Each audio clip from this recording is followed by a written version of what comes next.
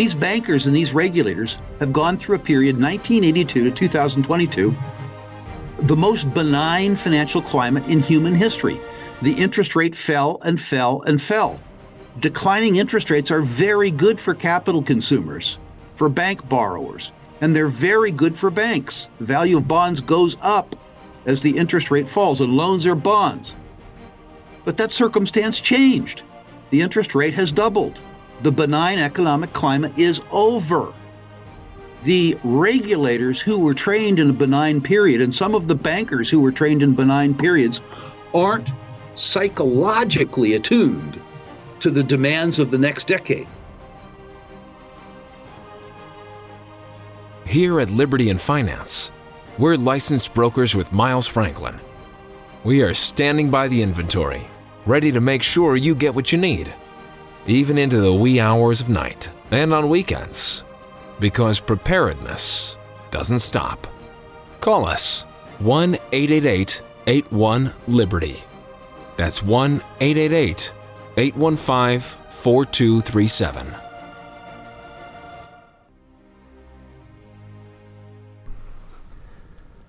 Welcome back to Liberty and Finance. We're always delighted to have this returning guest, Rick Rule, the former CEO of Sprott Asset Management, now the CEO of Rule Investment Media, joins us this Monday, March 27th, 2023. Rick, thanks for coming back on Liberty and Finance. Donegan, always a pleasure. I enjoy these conversations.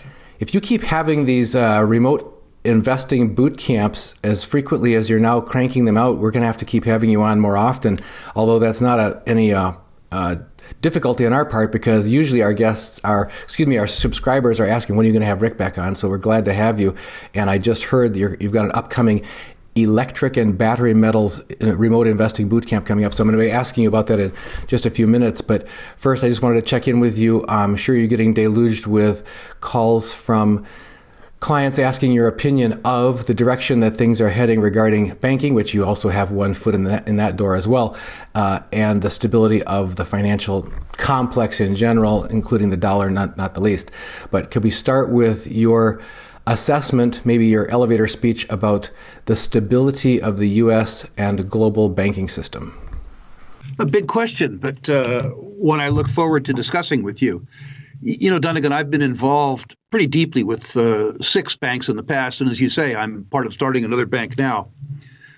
So banking has been of direct interest to me for 4 decades.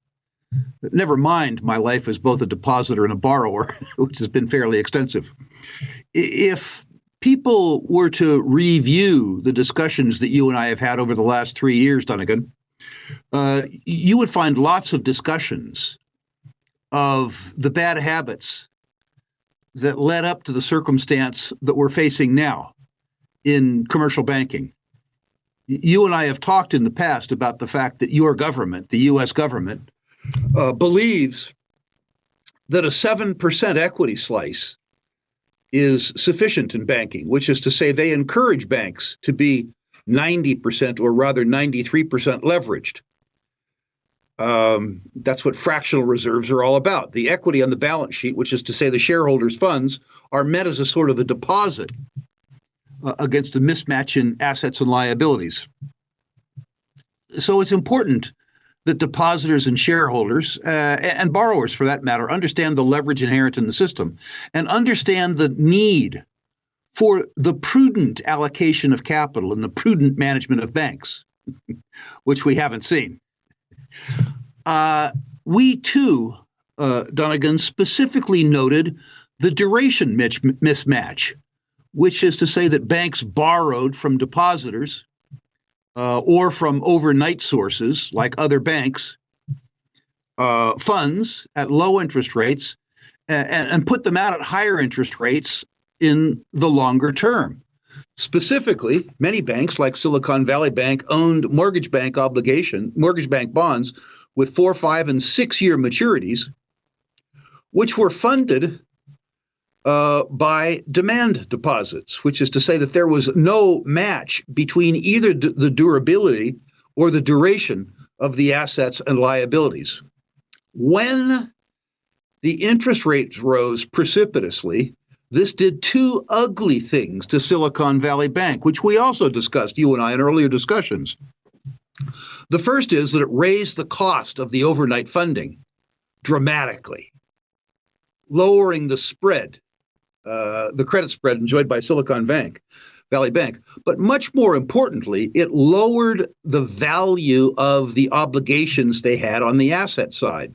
If you own a 5-year bond, and your 5-year bond is paying you then prevailing market interest rates, and the interest rate doubles, what it means is that another investor can buy a different obligation, providing the same yield at a lower price, and it impacts the carrying value of your obligation. Now, if you're a normal person out there and you paid 100 cents on the dollar for this mortgage bond, you hold the thing to maturity.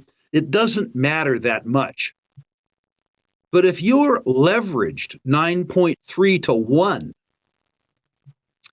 the diminishment in value over a 5-year obligation can and does wipe out your book equity. Another problem that banks have are the cash or cash equivalents on their balance sheet relative to their deposit liabilities.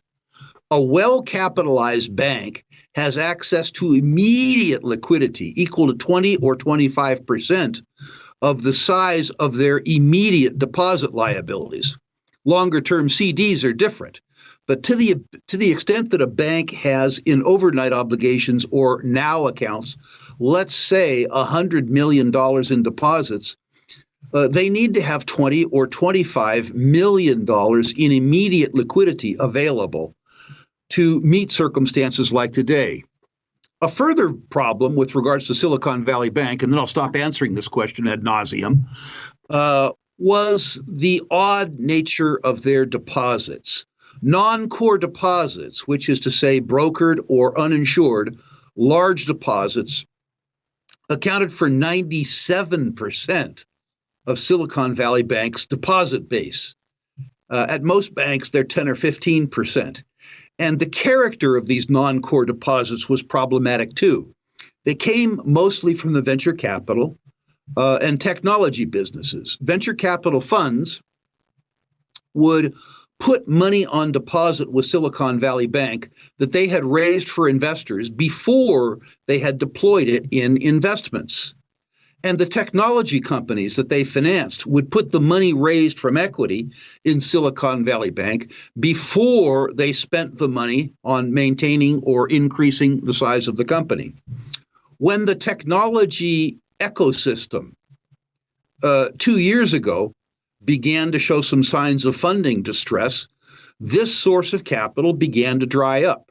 Two things happened. Venture capital funds weren't able to raise more money, and they weren't able to allocate more money to technology startups. So the new deposits slowed up the same time that venture capital companies deployed the capital, reducing deposits, and technology companies spent the money growing their businesses. And so Silicon Valley Bank saw its most important source of deposits shrink at the same time that their need for liquidity grew. If you will, the negative perfect storm that took a superbly performing bank from being the 18th largest chartered bank in the United States to extinction in about 4 short weeks.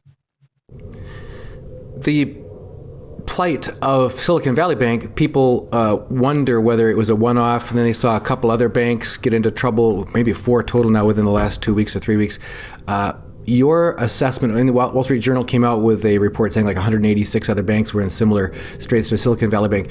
Your assessment of whether this is in fact just the first tremor and there are liable to be other dominoes to fall as well, or whether you think this was more of a unique case? I think in the very near term that there will be a lot of psychological distress and somewhat less financial distress. Right now, throughout the United States, faith in the financial system is very strong. People didn't take their money out of bank deposits. They took their money out of smaller regional banks that didn't have an implicit federal guarantee, and they put them in larger banks, which are insolvent. As long as faith remains in the system probably weathers the storm if the Fed is adroit in managing both its financials and in terms of managing public opinion. Whether or not your listeners should trust their savings to this faith is a very different question. It is worthy to note that the mark-to-market mismatch between assets and liabilities in the public banking system in the United States is substantially larger than the size of the treasuries and the Fed's reserves, which is to say the implicit liability is larger than the pool of capital that stands placed to deal with it. What I suspect that your listeners should do is pay attention to the advice that you and I gave them 3 years ago, which is to say, do a little work. Look at the statement of financial condition with the bank that your money is on deposit with. Concentrate your deposits in $250,000 insured amounts or less, and concentrate them on institutions that are prudently run. There are still banks like First National Bank of Alaska or Farmers and Merchants Bank of Long Beach that have equity at 20% of primary assets rather than 6 or 7. There are lots of solvent banks in the United States. There are lots of banks that make loans against good collateral that get paid back. Unfortunately, there are lots that don't, too. And the idea that the big thinkers, the idea that Pelosi or Biden or Greta Thunberg are going to be reasonable stewards of your capital, are going to supply reasonable due diligence to you as to where to deposit your money or who to borrow from. This is a misnomer. It's all down to you. Remember that the big thinkers didn't save you from Enron. Remember that the big thinkers didn't save you from long-term capital management. Remember that the big thinkers didn't save you from Washington Mutual, and they're not going to save you this time either. You have to do it. That's where a lot of people get kind of paralyzed, because when they look to like Janet Yellen or fill in the blank name, who's like supposedly the most connected, the most at the head of all this stuff, saying, oh yeah, we think the system is sound, or we think this particular bank is just a one-off or whatever. They think, well, if I can hardly read a banking, balance sheet or whatever, and these people are experts at it and they're telling me everything's fine, what they may not be realizing is there's a big conflict of interest on the part of those who are announcing these official pronouncements of stability of the system. And then again, frankly, a lack of competence. I remember myself in the early 70s experiencing a bull market, and Rick Rule, I confused a bull market with brains. I had 5 or 6 good years in the market, and I thought I knew something about investing. I learned later just how smart I was. These bankers and these regulators have gone through a period, 1982 to 2022, the most benign financial climate in human history. The interest rate fell and fell and fell. Declining interest rates are very good for capital consumers, for bank borrowers, and they're very good for banks. The value of bonds goes up as the interest rate falls, and loans are bonds. But that circumstance changed. The interest rate has doubled. The benign economic climate is over. The regulators who were trained in a benign period, and some of the bankers who were trained in benign periods, aren't psychologically attuned to the demands of the next decade. And investors need to recognize this. I myself deal with young regulators at the Office of the Comptroller of Currency, at the Fed, at the FDIC. Very, very, very bright, very, very concerned young people. But they work for institutions where the organizational bias reflects big government and a 40-year benign climate. If the purpose of these regulatory agencies were really to protect depositors.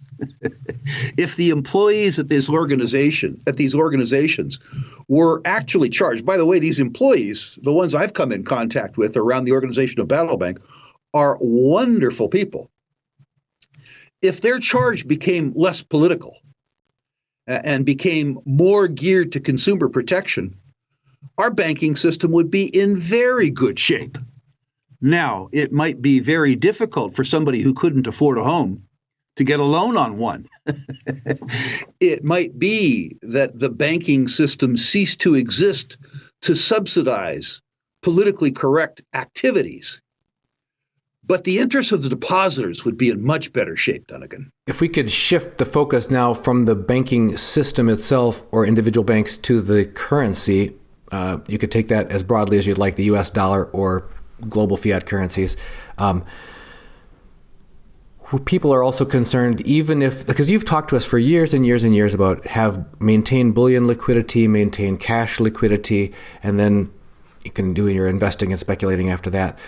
For people who are trying to maintain cash liquidity but are concerned that the purchasing power of their currency is seeming to accelerate in its decline, you've addressed that to us in general in the past, saying, yep, I'd still rather suffer a 10% decline than not have the liquidity to take advantage of a situation when it presents itself.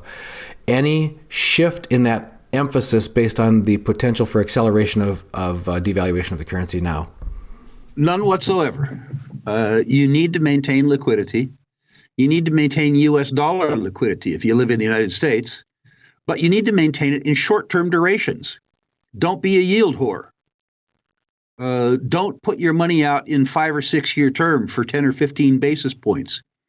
Have the maturities, either demand maturities. Listen, there's plenty of banks out there that are paying 3.5% on demand deposits, or in very short-term treasuries. Anybody can set up a Treasury Direct account and lend their money directly to the U.S. government in maturities less than a year. Restrict your maturities, maintain liquidity, and do this in the next 60 or 90 days.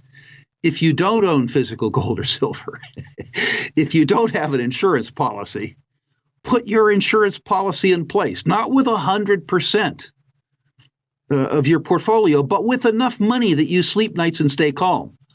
My nervousness isn't about the solvency of the banking system. My nervousness is about the response of the Fed to problems in the banking system.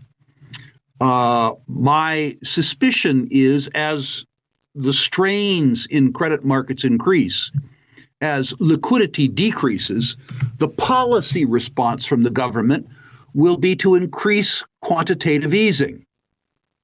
Dunnigan, as you and I know, quantitative easing is government speak for counterfeiting. You'll notice that they provided $200 billion in backstop for the banking system without going to the credit markets to borrow it or without increasing taxes. That meant that they counterfeited it. Creating new specious currency units does not increase the value of existing currency units. It decreases them. And my suspicion is that if the current difficulties that we see in credit markets, including the current liquidity, continues, that the Fed will do whatever it can to lower interest rates. If the market sees a continued conjunction of lower nominal interest rates, lower real interest rates, and increasing counterfeiting, that circumstance is tailor-made for the precious metals market. If you look right now at the arithmetic around the competition for gold and silver, which is the U.S. 10-year Treasury, the U.S. 10-year Treasury pays you a little bit less than 4% in a currency that the government acknowledges is losing 7% of its purchasing power compounded, which means if you lend the government money for 10 years, they solemnly promise to pay you. Well, let me put it differently. They solidly promise to reduce your spending power by 3% a year compounded for 10 years. That's what gold is competing with. If the real yield continues to decline, that is to say, if there is declining nominal interest rates in the face of continued inflation, and by the way, quantitative easing causes continued inflation, I think you're going to see massive disintermediation from all kinds of long bonds. And disintermediation is a fancy way of selling, and a redeployment to other assets, including very short-term denominations and gold and silver. The the bottom line of the diatribe that you just heard is, to the extent that you haven't invested in gold or silver, and you're underinvested in gold and silver, this is a wonderful time to increase your allocation, not at the expense of your other liquidity, but particularly at the expense of bond holdings that you may have or savings products that have durations longer than 2 years. So we've been focusing just now on the monetary metals, gold and silver, which some people consider to be commodities, especially silver. The commodity picture in general is a whole different chapter from everything we've been talking about in this financial world. Is one thing, but it seems that most of the world, as Andy Schechtman mentioned at your last conference in Boca Raton last July, this East-West split. It seems like the BRICS Plus nation, which is now, you can't even call it East-West split if Mexico and Japan are knocking on their door. But anyway, the rest of the world is going away from this purely paper-based or digital-based financial system and going to real things, is focusing on commodities. You've focused on commodities because you've been focusing on natural resource investing your whole career. So can you bring us up to date on where you see the role of are we heading into this super cycle where commodities are going to be king for the foreseeable future in the face of this crumbling Western edifice of the financial world? I think we will head into a super cycle, although I'm not convinced that we'll head into it in the next 2 or 3 years. The thing that derails a supercycle is, of course, a recession, and we need an economic slowdown. I think in an economic slowdown, what you'll find is that commodities are already cheap. So they don't get proportionally more cheap compared to assets that aren't cheap now. But if you look beyond the next recession, we have underinvested in natural resources for 30 years. We are going to have supply shortages, and we're going to have supply shortages throughout the natural resources space. Clarification, please. You just said we've underinvested in natural resources. I think, did you mean in exploration and development of sources? Yes. Yeah, absolutely. Absolutely. We said this before, Dunnigan, in the copper business as an example. I'm an icon for copper mines. I'm old. I'm past my prime. Most of the copper mines that we're living on worldwide were discovered 60 and 70 years ago. Bingham Canyon's 155 years old. Chuquicamata's 115 years old. Grasberg's 60 years old. These mines are past their prime. They're long of tooth. Meanwhile, demand for copper is exploding. We're going to have to pay the piper in higher copper prices, in higher cobalt prices, in higher zinc prices, in higher oil and gas prices. All of these things. You can have declining supply if you have a recession or a depression, and declining demand. But I'm a real bullish person in terms of the ultimate future of humankind.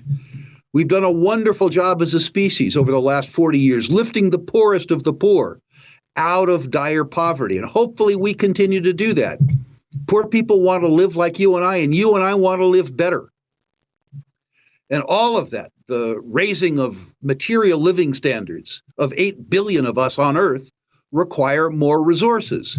This requirement for more resources is going to run head on into declining sustaining capital investments in resource industries and 30 years of underinvestment in resource industries. This is a wonderful circumstance for myself and other resource investors, and a somewhat more challenging climate for consumers, people who want to increase their material standards of living. When you talk about to really get a super cycle in commodities, you need a post-recession recovery period to really do that. Even in a recession, there are certain government policies of the day, you mentioned Greta, et cetera, that can drive spending even when it's not being driven by the actual organic culture itself. So one thing that's this whole green energy movement, et cetera, renewables. So your upcoming boot camp on electric and battery metals investing, I think must be focused partly on the fact that you're anticipating sort of government policies that are going to drive disproportionate demand in those areas. Not just government policies, but yes, government policies. For the first time in my life, Dunnigan, I seem to be politically correct. The big thinkers want more electricity. That means they got to come through investors like me to get it. And I almost don't care about how they pay me as long as they pay me. I make fun of alternative energy, but I've been funding alternative energy projects for 30 years. I don't care how you pay me for energy as long as you pay me. The electrification of developed nations is a really good thing. And the increasing availability of electrification for the poorest of the poor is a good thing, too. So I guess to the extent that the government decides to subsidize me, I'm prepared to take it. But I think that your listeners need to understand that it isn't just government policy. 1 billion people worldwide have no access to electricity, Dunnigan. None. 2 billion people worldwide have access to intermittent or unaffordable electricity. We've done a great job in the last 40 years, extending electrification to 2 billion people who didn't enjoy it before. And we need to continue that. And as we continue to do that, we need to increase the energy density in all kinds of people's life. This doesn't just mean generative electricity. It doesn't just mean uranium and oil and gas. It means copper to get it to them. It means distributed storage, a fancy way for saying batteries. This whole panoply of economic activity around energy density and material well-being plays right into these energy and electricity metals. Now, it's important to note, Dunnigan, that I didn't choose this topic for the boot camp. My listeners, my subscribers, the people who attend the boot camp get polled as to what subject they'd like us to have next. The first boot camp we have, as you'll recall, was the uranium boot camp, because more people that were users of Rule Investment Media wanted to hear about uranium than anything else. After that, we asked them all, what you want to hear about next? They said silver. After that, we asked them what they wanted to hear about next, and they said battery and electric metals. Now, I happen to think they made the right choice, because I think this is a fascinating topic. And it's a topic that's changing very, very, very rapidly. And it's also a topic that conventional resource investors have understood less well than they should. So in this case, I think the market made the right choice. But it was a market-determined curriculum. Okay, so in response to that need for and interest in investment advice or perspectives around battery and electric metals, you have organized this 100% virtual boot camp that's coming up. We've had 2 of them before. You mentioned uranium and silver. We'll put a registration link in the description of this video with the details on the dates and so on. But what can people look forward to at this virtual boot camp? Well, I think it's going to be spectacular. People who attended the uranium boot camp will remember that at the beginning of that boot camp, WMC Metals put on an overview of uranium that I think was worth the price of admission to the uranium boot camp. The WMC Metals people have a 30-year track record in electric and battery metals. And so they will begin the boot camp by doing an overview of the technology and the applications and the supply and demand scenarios around a variety of metals, including, of course, copper and cobalt, but extending all the way down into things like vanadium and lithium and rare earths. That will be followed, of course, by special presenters with a special knowledge, analysts and portfolio managers and commentators. In addition to that, like with every other conference, either virtual or in face that we have, we will have sponsors, in this case, public companies or purveyors of services in electric and battery metals. And it's important to note, Dunnigan, that every public company sponsor that we have are public companies that we own, which is to say, there's no guarantee because we own them that the share price will go up, but there is a guarantee that we understand them well enough that we've invested our own time and treasure in them. And importantly, Dunnigan, any investor who pays for and attends this boot camp will have access to the archives for 6 months. So you don't need to remember everything that you saw. In fact, you don't need to attend it in person, although we would encourage it. You have access to the information to refresh your memory time and time again. And if you think that you didn't get your tuition's worth, send me an email. This comes with a 100% money-back guarantee. I can't give you the 8 hours back that you spend at the boot camp, but if you don't think that over eight hours I didn't give you $99 worth, I'll give you the $99 back. And this is very easy to take advantage of because you can watch from the comfort of your own home and on your own schedule, as I understand, since it's 100% virtual. And when you said if you can't attend in person, I assume you meant not live while it's being simulcast, but if you pick it up later on the recordings. How long will there be access to the recordings for those who pay to attend the conference? They will be up for those who paid to attend the conference for 6 months. Okay. And in the past, you've also offered additional services and information to our viewers if they were to email you, or not email you, to go to a landing page that you provide. Is that still available? Yeah, let's talk about that. I love talking to your subscribers, your listeners, about natural resource investing. And I have an incentive for them. Any of them who care what I have to say about resources, in particular their specific resources, are invited to find out by going to ruralinvestmentmedia.com. When you go there, list your natural resource portfolio. Please no tech stocks. Please no pot stocks. Please no crypto. Confine me to what I know. I'll rank the stocks in your portfolio individually, 1 to 10, if I know them. I will also comment on individual issues if I think my comments might have some value.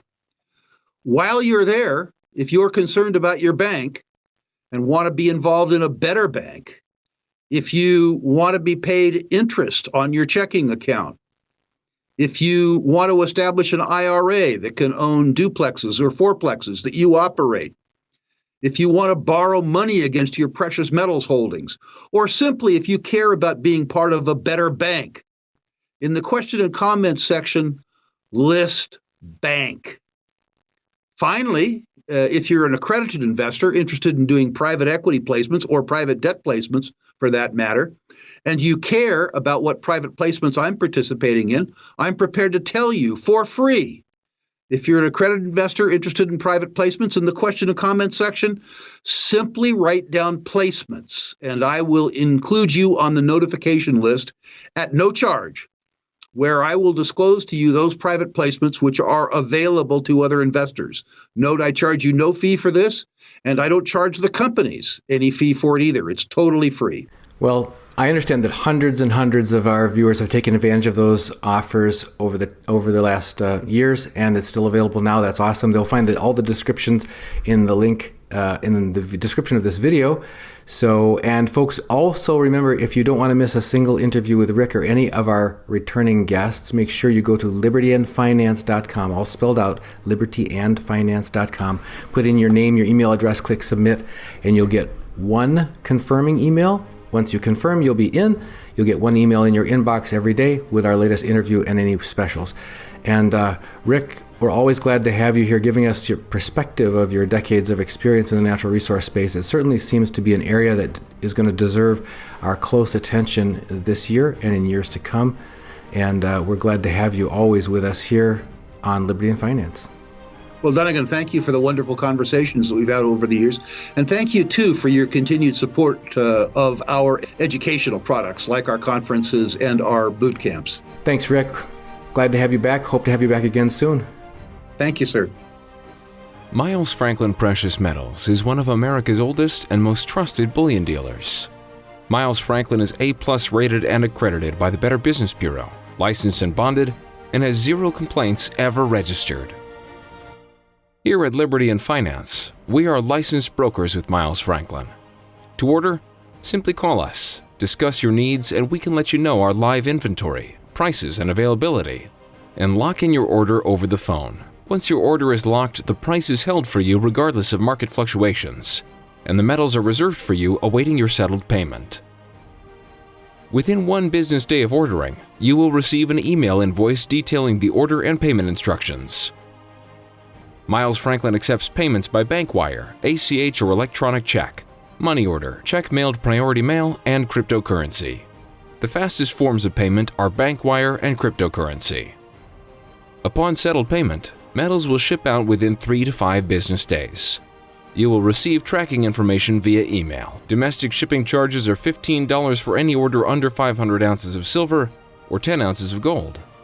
For orders larger than that, domestic shipping is free. The package will be boxed, fully insured, and labeled discreetly, with no indication of the contents inside. For your privacy, the name Miles Franklin will not even be on the package. To talk to myself, Kaiser, my brother Elijah, or my father Dunnigan, call 1-888-81-LIBERTY. That's 1-888-815-4237.